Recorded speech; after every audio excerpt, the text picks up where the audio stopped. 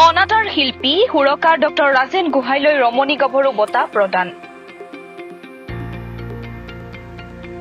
শিমলুগুৰিৰ ৬৪তম কেন্দুগুৰি আঞ্চলিক দ্বিবাৰ্ষিক বহাগী বিদায় উৎসৱত অনাতাঁৰ শিল্পী সুৰকাৰ ডক্টৰ ৰাজেন গোহাঁইলৈ প্ৰদান কৰা হয় ৰমণী গাভৰু বঁটা।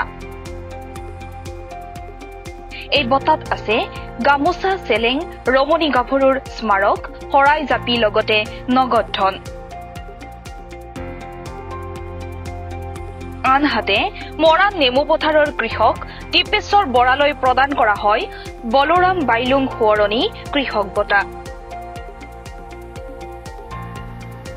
শিমলুগুৰি ৬৪তম কেন্দুগুৰি আঞ্চলিক দ্বিবাৰ্ষিক বহাগী বিদায় উৎসৱত মৰাণ নেমু পথাৰৰ কৃষক দীপেশ্বৰ বৰালৈ প্ৰদান কৰা হয় এই বলোৰাম বাইলুং সোঁৱৰণী কৃষক বঁটা। এই বঁটাত আছে গামোচা, চেলেং, সম্বৰ্ধনা পত্ৰ, কৃষক বঁটাৰ স্মাৰক, শৰাই আৰু জাপি। আজি যি সন্মান মই পালো ৰমণী গাভৰু বঁটা, মই কেতিয়াও ভবা নাছিলো যে ইমান ডাঙৰ সন্মান এটা মই পাম। কাৰণ ৰমণী গাভৰু আমাৰ বহুতেই নাজানে যে ৰমণী গাভৰুৰ কিমানখিনি ত্যাগ আছে নিজৰ মাতৃভূমিৰ কাৰণে, সেইখিনি আমাৰ বহুতেই নাজানে। আৰু এটা কাম মোৰ ভাল লাগিছে যে এই উদ্যোক্তাসকলে ৰমণী গাভৰু যাতে গোটেই ৰাইজে জানক, এই কথাটো চিন্তা কৰি তেখেতসকলে ৰমণী গাভৰু বঁটা প্ৰদান কৰিছে।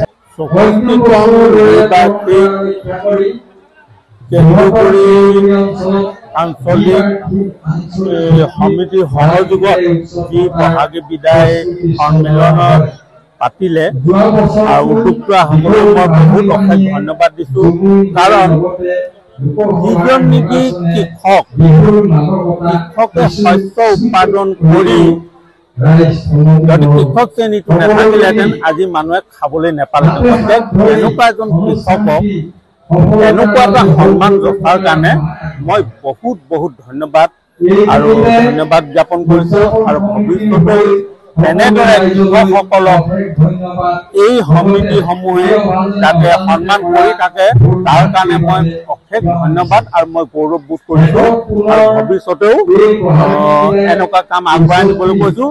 আৰু ময়ো এজন কৃষক হিচাপে মোৰ স্থানীয় যি দুই এজন আশে পাশে যুৱক আছে, মই যিখিনি আইডিয়া, মই যিখিনি কৌশল জানো, মই কোনোবা এখন মিটিঙত গ'লেই মই সকলোকে কৈ দিওঁ, যিহেতু তেখেতসকলো উপকৃত হওক।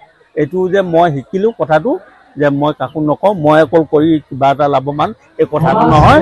সকলো কৃষক শ্ৰেণীটো জীয়াই থাকিলেহে আমাৰ এই কৃষক গোষ্ঠীটো আৰু আমাৰ জনসাধাৰণ জীয়াই থাকিব পাৰিব। নাজিৰাৰ পৰা যদুমণি হাজৰিকাৰ ৰিপৰ্ট, দি নৰ্থ ইষ্ট।